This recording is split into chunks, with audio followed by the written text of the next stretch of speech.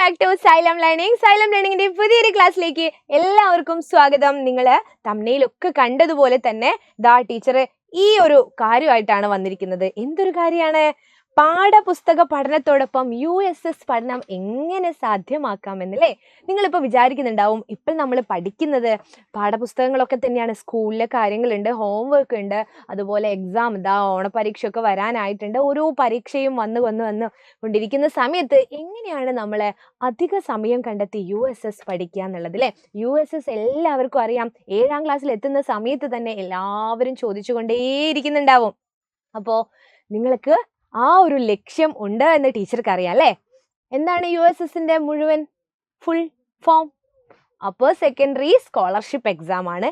LSS എഴുതിയിട്ടുണ്ടെങ്കിൽ അവർക്ക് അറിയാം അല്ലേ?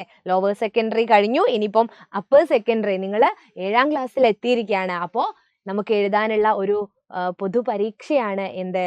USS സ്കോളർഷിപ്പ് എക്സാം എന്ന് പറയുന്നത്.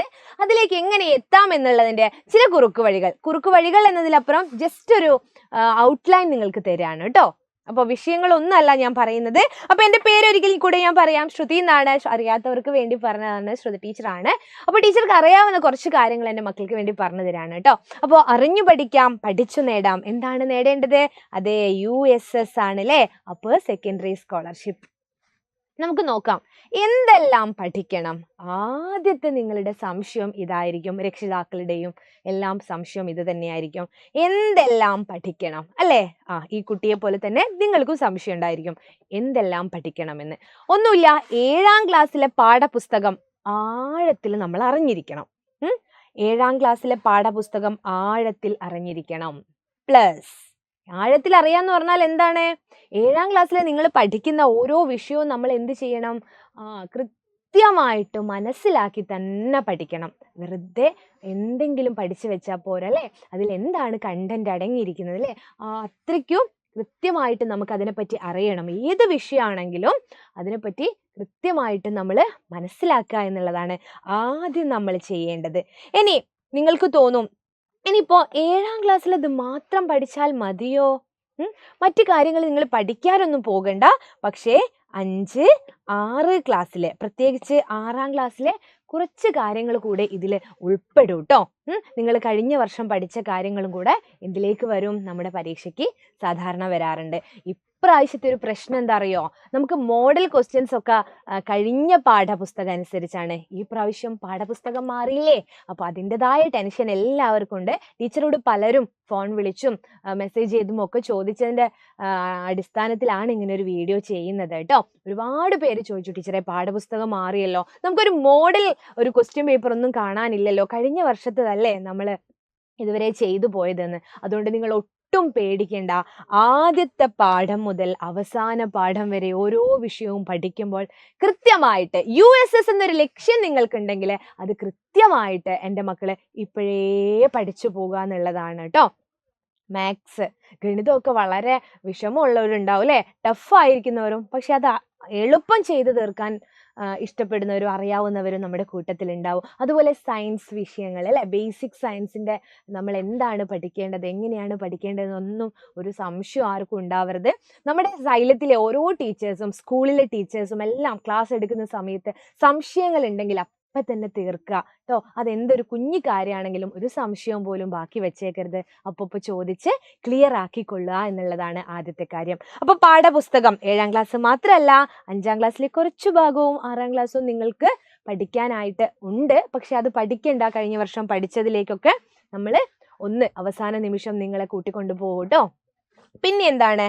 ജനറൽ നോളജ് നമ്മൾ അറിഞ്ഞിരിക്കണം അല്ലേ?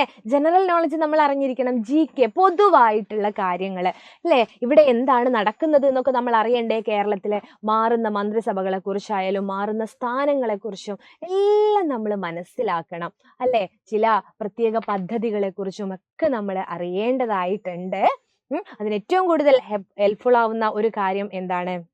പത്രവായന തന്നെയാണ്. പത്രവായന മറക്കല്ലേ എന്നാണ്. കറണ്ട് അഫയേഴ്സ് അല്ലേ? കറണ്ട് ആയിട്ടുള്ള കാര്യങ്ങൾ നമ്മൾ പഠിച്ചുകൊണ്ടിരിക്കണം.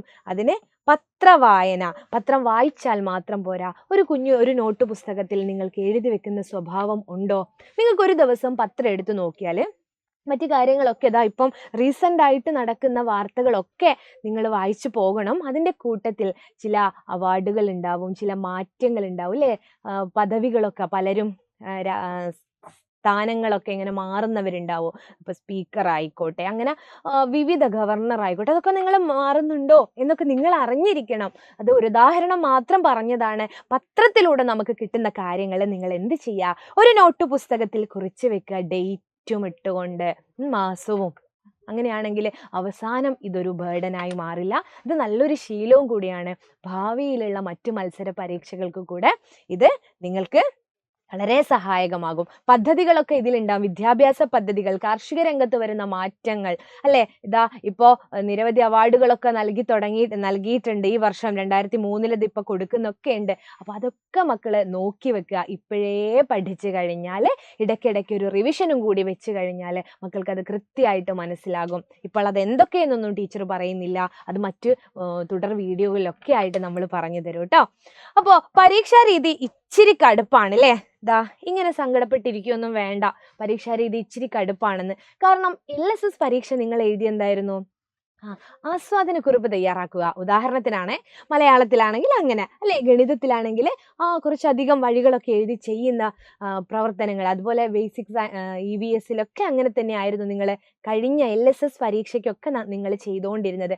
പക്ഷെ അതിൽ നിന്നും മാറ്റിയിട്ടുണ്ട് അല്ലേ? അത് ഡിസ്ക്രിപ്റ്റീവ് ആയിരുന്നു, നിങ്ങൾക്കത് വിവരിച്ച് എഴുതേണ്ടതായിരുന്നു. ഇനി അങ്ങനെയല്ല, ഒബ്ജക്റ്റീവ് ആണ്.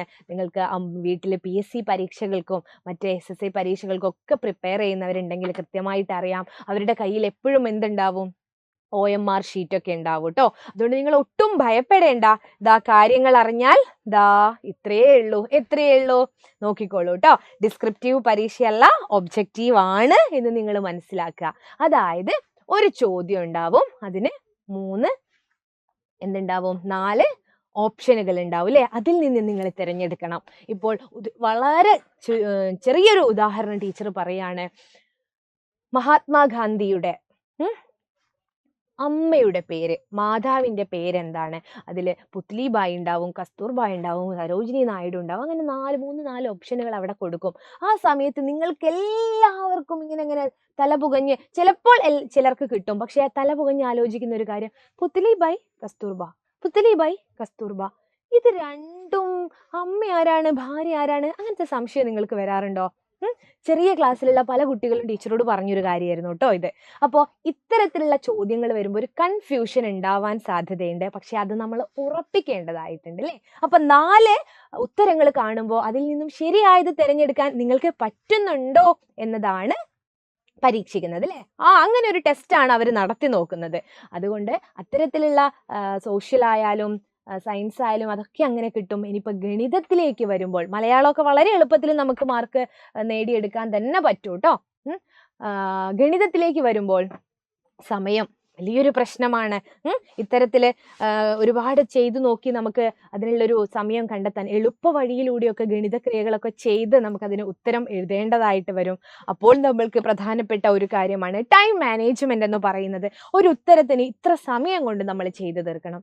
ഇതൊക്കെ എങ്ങനെയാണെന്ന് നിങ്ങൾ ആലോചിച്ച് ടെൻഷൻ അടിക്കുകയൊന്നും വേണ്ട. ഇതൊക്കെ നമുക്ക് നേടിയെടുക്കുന്നത് പ്രാക്ടീസിലൂടെയാണ്, പ്രാക്ടീസിലൂടെ. അപ്പോൾ നിങ്ങൾ ഇപ്പോൾ ചെയ്യേണ്ട ഒരു കാര്യം ടീച്ചർ പറയാണ്, OMR ഷീറ്റ് എന്ന് കേട്ടിട്ടുണ്ടോ? വീട്ടിൽ അതാ ടീച്ചർ പറഞ്ഞത്, മത്സര പരീക്ഷകളൊക്കെ എഴുതുന്നവരുണ്ടെങ്കിൽ OMR ഷീറ്റ് നിങ്ങൾ കണ്ടിട്ടുണ്ടാവും. നിരവധി പരീക്ഷകൾ അവർ ഒരു മോക്ക് ടെസ്റ്റ് പോലെ ഇങ്ങനെ എഴുതി നോക്കിയിട്ടാണ് പരീക്ഷാ ഹാളിലേക്ക് പോകാറ്.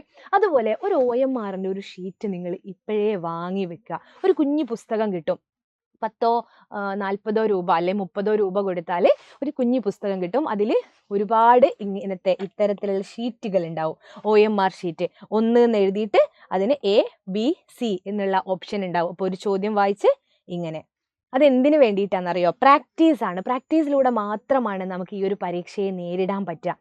ചിലപ്പോൾ നിങ്ങൾക്ക് മനസ്സിൽ വിചാരിക്കും B ആണ് ഉത്തരമെന്ന്. ഇതിൽ B ആണ് നിങ്ങൾ ഉത്തരമെന്ന്. പക്ഷെ അത് ബബിൾ ചെയ്യുന്ന സമയത്ത്, ഇങ്ങനെ കറപ്പിക്കുന്ന സമയത്ത് അത് സിയിലോട്ട് മാറിപ്പോകാനുള്ള സാധ്യത അതൊക്കെ വളരെ കൂടുതലാണ്. അതുകൊണ്ടാണ് ടീച്ചർ പറയുന്നത്, നിങ്ങൾക്ക് USS നിങ്ങളുടെ മുന്നിലുള്ള ഒരു ലക്ഷ്യമാണെങ്കിൽ നിങ്ങൾ ഒരു 10-40 രൂപ വിലയുള്ള ആ ഒരു OMR ഷീറ്റിൻ്റെ ഒരു പുസ്തകം, ഒരു ഷീറ്റ് നിങ്ങൾ വാങ്ങി വെക്കുക. എന്നിട്ട് ഇടയ്ക്ക് നമുക്ക് ചില കാര്യങ്ങളൊക്കെ നമ്മൾ തരുന്ന മോഡൽ ക്വസ്റ്റ്യൻസും കാര്യങ്ങളൊക്കെ വെച്ചിട്ട് നമുക്ക് ഇപ്പോഴേ അതിൻ്റെ പരിപാടികൾ അങ്ങോട്ട് തുടങ്ങാം. അങ്ങനെ ആവുമ്പോൾ കാര്യങ്ങളെല്ലാം വളരെ എളുപ്പം തന്നെ ആയിരിക്കും. സംഗതി ഇത്രയേ ഉള്ളൂ. USS നേടിയെടുക്കാൻ വളരെ വളരെ വളരെ എളുപ്പമാണ് എന്ന് നമ്മൾ മനസ്സിലാക്കിയില്ലേ? സിസ്റ്റമാറ്റിക് ആയിട്ട് കാര്യങ്ങൾ ചെയ്യാട്ടോ. നിങ്ങൾക്ക് ഇനി കലോത്സവങ്ങളൊക്കെ വരുന്നുണ്ട്, അതും കൂടി ടീച്ചർ ഓർമ്മിപ്പിക്കുകയാണ്. അതിനിടയിൽ USS പരീക്ഷ മുങ്ങിപ്പോകരുത്. ഇപ്പോഴേ പഠനത്തോടൊപ്പം പാഠപുസ്തകത്തോടൊപ്പം കൂടെ കൊണ്ടുപോയാൽ എൻ്റെ മക്കൾക്ക് ഈ ഒരു വിജയം തീർച്ചയായും നേടാൻ പറ്റും. ഞങ്ങൾ കൂടെ ഉണ്ടാവും. നിങ്ങളും അതുപോലെ ഞങ്ങളുടെ കൂടെ നിൽക്കുകയാണെങ്കിൽ, കട്ടയ്ക്ക് കൂടെ നിൽക്കുകയാണെങ്കിൽ നമുക്കിതങ്ങ് നേടിയെടുക്കാം. അപ്പോൾ മറ്റൊരു വീഡിയോ ആയിട്ട് USSന്റെ കൂടുതൽ കാര്യങ്ങളോ മറ്റു വിഷയങ്ങളൊക്കെ ആയിട്ട് ടീച്ചർ വീണ്ടും വരാം. അതുവരേക്കും ബൈ. നിങ്ങൾക്ക് ഇഷ്ടപ്പെട്ടിട്ടുണ്ടെങ്കിൽ നിങ്ങൾ എന്ത് ചെയ്യണം? ഫ്രണ്ട്സിനോടൊക്കെ ഒന്ന് പറയണം, ഇങ്ങനെ ഒരു വീഡിയോ ഉണ്ട് എന്നിട്ടോ. അതുപോലെ കമൻറ്റ് ചെയ്യുക കേട്ടോ. ഇത് നിങ്ങൾക്ക് യൂസ്ഫുൾ ആയിട്ടുണ്ടെങ്കിൽ എല്ലാവരും ഒന്ന് കമൻറ്റ് ചെയ്യുക. അപ്പോൾ ശ്രുതി ടീച്ചർ അടുത്ത ക്ലാസ്സിൽ വരുന്നത് വരെ ബൈ.